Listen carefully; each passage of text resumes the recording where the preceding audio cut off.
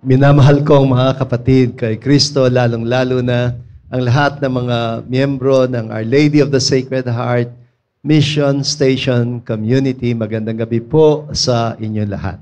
Biro nyo, kahit wala tayong gusaling malaki, ay nakakapagtipon tayo ng ganito. Dahil malinaw naman sa atin, lalo na karamihan sa inyo, halos lahat kayo, ay mga miyembro ng mga basic ecclesial communities. Tayo po ay communion of communities dito sa Our Lady of the Sacred Heart. Ang bumubuo sa simbahan ay ang bayan ng Diyos. Ang simbahan, hindi yung gusali, kundi ang mga mananampalataya na pinagbubuklod ng iisang Espiritu Santo upang maging mga kasapi ng katawan ni Kristo. Kaya tayo'y kumakatawan kay Kristo. Nakikiisa sa buhay at misyon ng ating Panginoon. Napaka-importante ng araw na ito dahil nagkataong sa araw na ito'y pinagdiriwang natin ang birthday ni Mama Mary. Ewan ko ba kung kailan nagsimulang mauso na kapag birthday ng tao, pinaghahanda siya ng isang birthday cake na may kandilang nakatirik sa ibabaw. Sinisindihan ang mga kandila, kakantahan ang nagbe-birthday. Sasabihan muna siya na humiling. At pagkatapos na huminga ng malalim, hihipan niya ang mga kandilang nakasindi. In short, papatayin ang liwanag. Hindi ko yon maintindihan. At di ko maintindihan kung bakit yon ay simbol ng pagdiriwang ng buhay. Pinapatay ang ilaw. Minsan, isang birthday ko, nang sabihan akong patayin o hipan ang mga kandilang nakasindi, napaisip ako, bakit ba namin ginagawa ito? Ano bang kahulugan ng lahat ng ito? Na sa araw mismo na sineselebrate mo ang buhay, ay papaalala sa iyong mamamatay ka rin. Na ang importante ay bago ka mamatay, siguraduhin mong mangarap ka muna at pagsikapan mong ang mga pangarap mo ay magkatotoo. Sa araw pong ito, September 8, sineselebrate nga natin ang birthday ni Mama Mary. Sigurado ba talaga ang simbahan na sa araw na ito, isinilang si Mama Mary? Hindi. Ang sineselebrate natin at siya namang tunay na mahalaga ay ang katotohanang isinilang siya. Hindi siya kathang isip, kundi tunay na tao na katulad natin, ngunit may kakaibang misyon. Anong misyon? Ang matupad, hindi ang personal niyang pangarap, kundi ang pangarap ng Diyos. Ang mabigyan na ng katapusan, ang sumpa ng kamatayan na bunga ng kasalanan, na siyang narinig natin sa ating unang pagbasa. Na siyang dahilan kung bakit mababa ang self-esteem ng tao tungkol sa ating pagkatao. Sinasabi natin sa isang kanta, ang tao'y marupok, kay daling lumimot. At kung minsan kapag tayo ay bumagsak, nasasabi natin, sapagkat kami tao lamang, na para bang napakasama ng maging tao. Bakit ba tayo nasanay na iugnay ang ating pagkatao sa pagiging makasalanan? Ito ngayon ang misyon ni Mama Mary. Misyon na ginagampanan niya upang matupad ang pangarap ng Diyos. Ay may bangon muli ang dangal ng tao na ibinagsak ng pagkakasala ng unang tao, sina Adan at Eva. Upang matupad ang pangarap at plano ng Diyos na ang tao'y maging hugis at wangis niya. Sa chapter 3 ng Book of Genesis, ang sakit daw mismo ng panganganak ay bahagi ng sumpa bilang kaparusahan sa kasalanan daw ni Adan at Eva. Ang unang kamatayan ay nararanasan na ng tao sa sandaling mismo ng kanyang pagkakasila. Sabi ng mga psychologists, ito ang unang traumatic experience ng tao. Minsan sa isang recollection, tinanong ko yung mga participants, Natatandaan nyo ba yung unang traumatic experience ninyo? Merong nagsabi, naku, kinagat po ako ng aso. Ganyan. Kung ano-ano ang sinasabi nilang unang traumatic experience na natatandaan nila. Pero tayong lahat, ang pinakaunang traumatic experience natin ay nung isilang tayo. Bakit?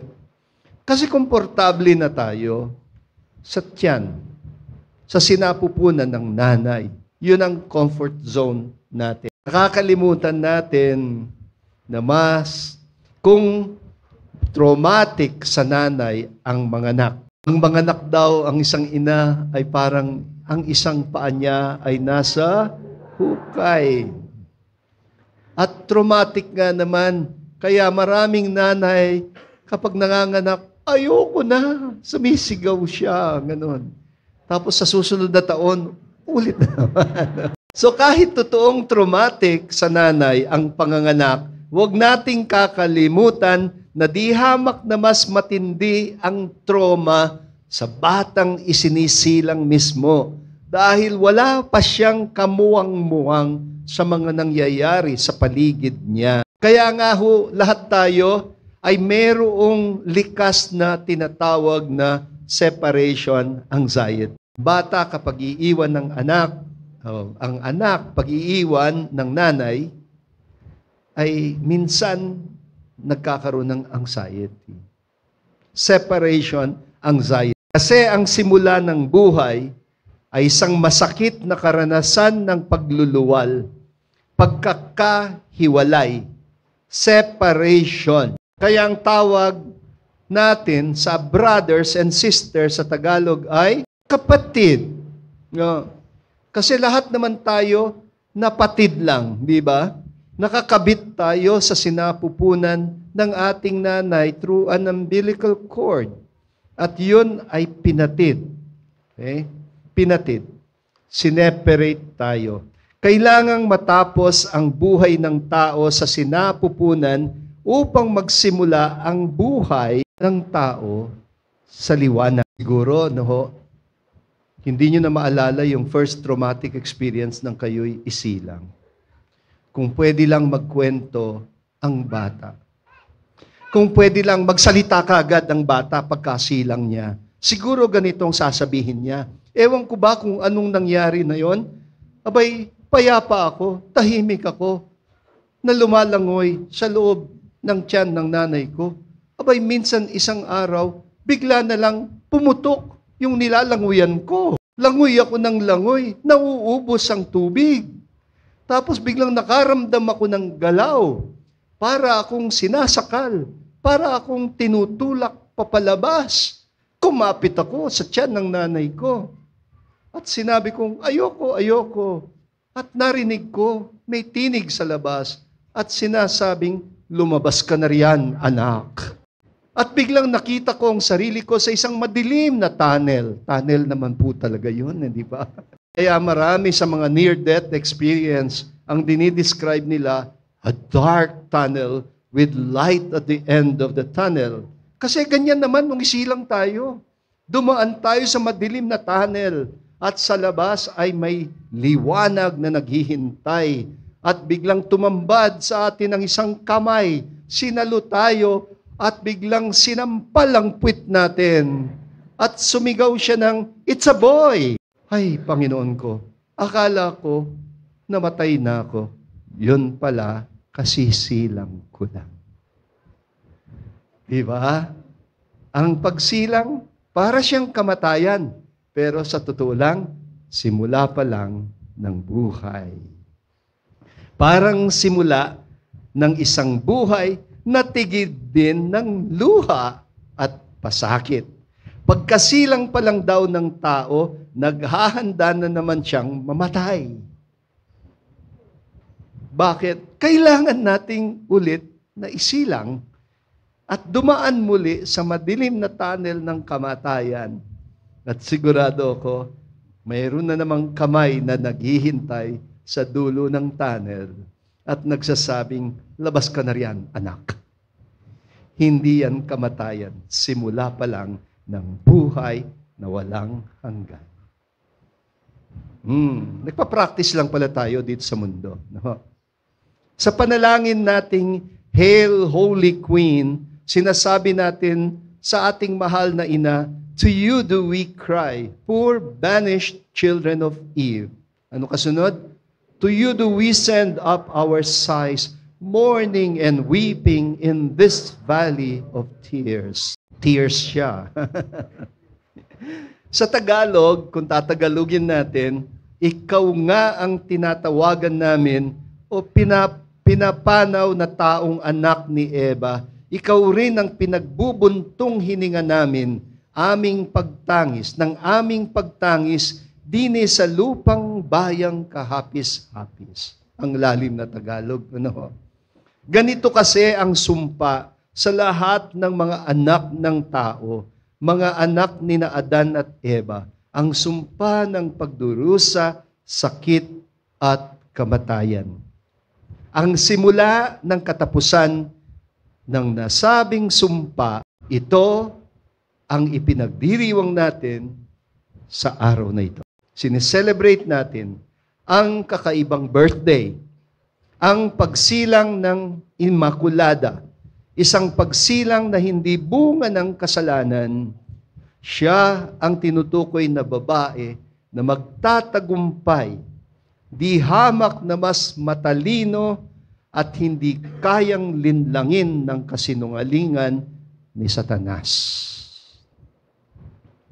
Kaya ipagdasal natin, gabayan naman ni Mama Mary yung mga hearing sa Senado at Kongreso. No? Alam niyo bang nangyayari kay Pinocchio kapag nagsisinungaling siya? Kaya ini-imagine ko yung mga humahabang ilong doon sa flood control corruption investigation. Ano po? Pagtatagumpay ang mahal na ina. Hindi naman natin kalaban ang sino mang tao dito sa mundo. Tatandaan nyo yan. Ang tunay nating kalaban ay si Satanas. Hindi tayo tinuruang mamuhi sa kahit na sino. Kaano man kasama ang pwedeng gawin ng tao. Mamuhi tayo sa masamang gawa, pero hindi sa tao. Tatandaan nyo yun. No? Because ang ating pagkatao ay likas na marangal. Ngunit kahit sinong tao pwedeng mahibang kapag sinalakay siya ng masamang espiritu. Ang kalaban talaga natin ay demonyo, si Satanas. Kaya nga minsan, nasabihan si San Pedro, umalis ka sa akin, demonyo. Umalis ka, tumalikod ka, doon ka sa likod, Satanas. Biro nyo, ang unang Santo Papa, tinawag na Satanas ng Panginoon. Ay, hindi naman ganon.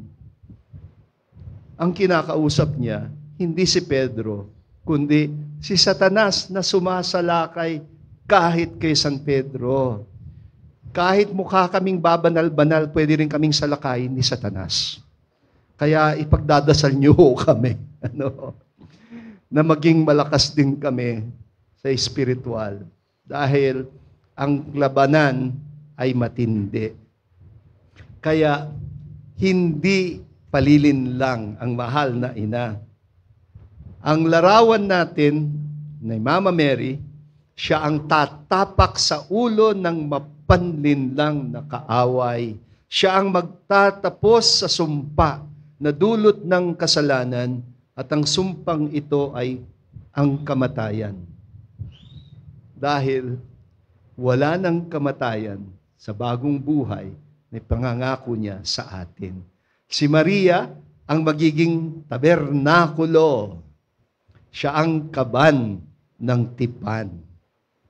Kasi dati-rati, ang simbolo ng tipan ay 2 tapyas ng bato. At yung dalawang tapyas ng batong yon, yun ang kinasulatan ng 10 utos ng Diyos. At yung 2 tapyas ng batong yon na pinagsulatan ng 10 Commandments ay may baul na lalagyan. At ang baul na pinaglalagyan noon ay nakabalot ng ginto. At mayroong 2 anghel na nakayuko sa harap ng isa't isa. At ang tawag sa buol na yon ay the Ark of the Covenant. Ang simbolo ng covenant doon sa lumang tipan ay ang 10 utos ng Diyos, na ang summary ay pag-ibig, pag-ibig sa Diyos ng higit sa lahat, at pag-ibig sa kapwa na gaya ng sarili. Pag-ibig sa Diyos, pag-ibig sa kapwa, ang krus. Pero sa bagong tipan, kaya bago ang tipan. Kasi hindi na yung luma, sa bagong tipan, ang kaban, ang lalagyan, ay si Mama Mary. At ang tipan, hindi na bato, kundi anak ng Diyos na nagkatawang tao. Bakit siya ang simbolo ng tipan? Dahil si Kristo ay Diyos na totoo at taong totoo. Naku, huwag niyong i-deny ang kanyang pagkatao at huwag niyo ring i-deny ang kanyang pagkadiyos. At huwag niyong paghihiwalayin ang pagkadiyos ni Kristo at kanyang pagkatao dahil iisa na siya. Pinag-isa niya dahil siya ang buklod. Kay Kristo, ang Diyos at tao ay naging isa. Kaya siya ang ating tipan. He is our bridge over troubled waters. So, siya ang tulay. Siya ang hagdan. Siya ang nag-uugnay sa langit at lupa. Siya ang nag-uugnay sa tao at sa Diyos. Kaya siya ang kaban ng bagong tipan. Sa kanyang pagtalima sa salita ng anghel, mabubura ang naunang pagtalikod at pagsuway ng tao sa salita ng Diyos. Sa kanyang sinapupunan, ang Diyos ay magiging tao upang ang tao ay maging tunay na kalarawan at anak ng Diyos. Ang Diyos nagpakumbaba upang ang tao ay may tampok niya at may taas ang dangal. Ang Diyos ay nagdusat na namatay upang ang tao'y matubos sa kasalanan at mabuhay na wala ng hangganan. Wala ng kapangyarihan ang kamatayan sa mga anak ni Mama Mary, sa mga kapatid ni Kristo. Kaya sa araw man lang ng birthday ni Mama Mary, pag nagsindi tayo ng kandila, sindihan natin, hindi upang hipan, hindi upang patayin. Hayaan nating manatiling nakasindi upang magbigay liwanag hanggang sa maupos. Sa araw ng birthday ni Mama Mary, palagay ko ang wish niya ay matuto rin tayong mag-wish katulad niya. Pag sinabing make a wish, humiling ng tama. Dahil kasi madalas nasusubok ang ating pagkatao sa ating mga hinihiling. Sa ebanghelyo natin, nung simula, napakasimple lang ng wish ni Saint Joseph. Ang makapag-asawa siya at magkaanak at magkaroon ng isang simpleng masayang pamilya. At nang matuklasan niyang nagdadalang tao na yung pakakasalan niya, akala niya gumuho ang pangarap niya. Akala niya na uwing bangungot ito. Ngunit sa panaginip niliwanag ng anghel kay Jose, Joseph, hindi ito bangungot. Ito ay katuparan ng pangarap ng Diyos para sa mundo at para sa buong sangkatauhan. At anong ginawa ni San Jose? Isinantabi niya ang pansariling pangarap at niyakap niya ang pangarap ng Diyos para sa sandaigdigan. Ganyan din ang ginawa ni Mama Mary nang umuo siya sa misyon na tinalaga ng Diyos para sa kanya ang magsilang ng katuparan ng pagsasaating piling ng Diyos na hindi na muling mawalay ang tao sa Diyos. Kaya, mga kapatid, ito po ang baunin natin sa araw ng birthday ni Mama Mary at sa araw ng kapistahan natin bilang isang mission station community. Hindi kaya ito ang dahilan kung bakit minsan kailangan tayong masubok ng mga iba't ibang mga pagsubok sa buhay upang mabigyan tayo ng Diyos ng oportunidad na matutong magdiwang ng tama ng ating kaarawan.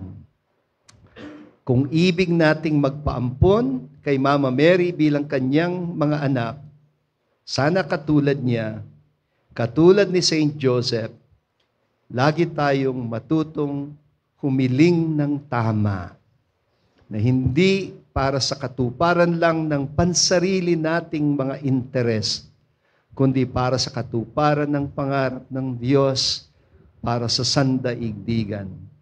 Tulad ng sabi ni Saint Paul, walang sino man ang nabubuhay at wala ring sino man ang nabubuhay o namamatay. Ayon, hindi matatapos ang sumpa ng ating hinaharap hanggat hindi tayo matutong mabuhay ng may pananagutan sa isa't isa bilang mga kaanak ng Diyos. Amen?